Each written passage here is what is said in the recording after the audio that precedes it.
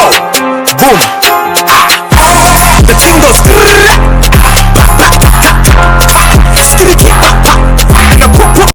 Hi friends, കേഫർ കണ്ണൂരി വ്ളോഗ്സിലേക്ക് എല്ലാവർക്കും സ്വാഗതം. സൺഡേ ആയതുകൊണ്ട് ഇന്ന് ബീഫ് റോസ്റ്റ് ഉണ്ടാക്കാമെന്ന് വിചാരിച്ചു. രാവിലെ തന്നെ ഏട്ടൻ ബീഫ് വാങ്ങിക്കൊണ്ടുവന്നു. ബീഫ് മുറിച്ച് വൃത്തിയാക്കുന്ന ഡ്യൂട്ടി ഏട്ടനാണ് ഏറ്റെടുത്തത്. അലുവ പോലും മുറിയാത്ത കത്തി, അതുകൊണ്ടാണ് ഞാൻ ബീഫ് വെട്ടുന്നത്. വാങ്ങിയിട്ട് കഴിഞ്ഞു പോയല്ലോ ഭഗവാനെ. ബീഫ് കഴുകി വൃത്തിയാക്കി വെച്ചു. ഇനി കുക്കറിലിട്ട് വേവിക്കാം. 2 ടീസ്പൂൺ മല്ലിപ്പൊടി, 1 ടീസ്പൂൺ മുളക് പൊടി,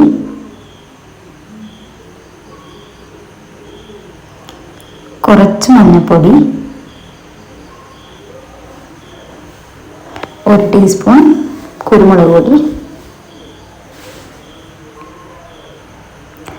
2 ടീസ്പൂൺ ഗരം മസാലപ്പൊടി,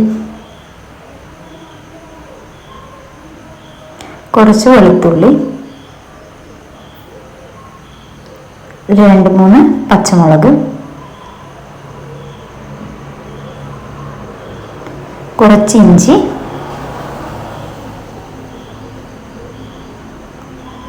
ആവശ്യത്തിന് ഉപ്പ്,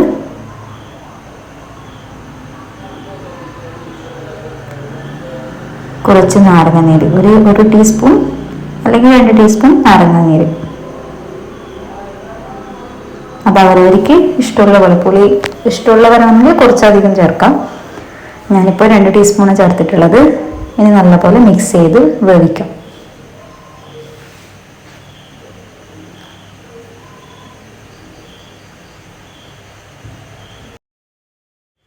ഒരു 5-6 വിസിൽ അടിക്കുന്നത് വരെ വേവിച്ചെടുക്കാം.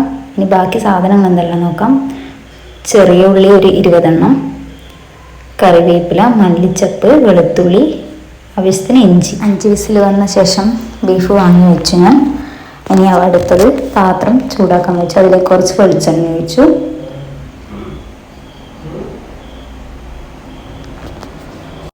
ചൂടായ വെളിച്ചെണ്ണയിൽ കുറച്ച് കടുകിട്ടു. കടുക് പൊട്ടിയുമ്പോഴത്തേക്ക് ഇഞ്ചി ചേർത്തു, വെളുത്തുള്ളി. ഇനി നല്ലപോലെ മിക്സ് ആക്കും. കുറച്ച് കറിവേപ്പില.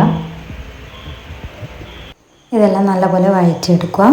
ഇനി അതിലേക്ക് നേരത്തെ മുറിച്ച് വെച്ച ഒരു 20-30 ചെറിയ ഉള്ളി.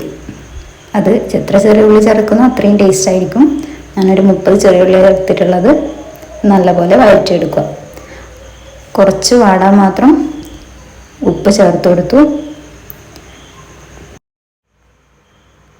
ഇനി കുറച്ച് മല്ലിപ്പൊടി ചേർത്തു.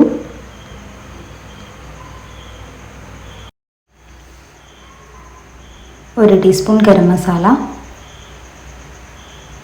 ഇതെല്ലാം ചേർത്ത് നല്ലപോലെ വഴറ്റിയെടുക്കുക.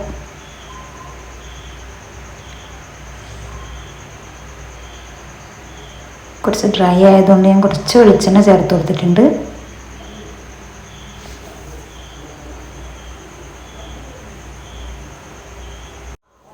ഇനി ഇതിലേക്ക് നേരത്തെ വിസിലടുപ്പിച്ച് വെച്ച ബീഫ് ഇട്ട് കൊടുക്കാം.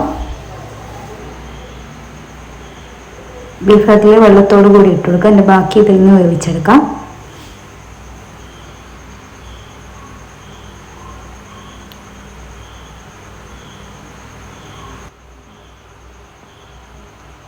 നല്ലപോലെ തിളച്ച് വന്നിട്ടുണ്ട്. നമുക്ക് എത്രത്തോളം ഡ്രൈ ആക്കണം അത്രത്തോളം ഡ്രൈ ആക്കാം. ഇല്ല കുറച്ച് ഗ്രേവി ആയിട്ടാണ് വേണ്ടതെങ്കിൽ ആവശ്യത്തിന് ഗ്രേവി ആയിട്ട് നമുക്ക് ഓഫ് ചെയ്യാം.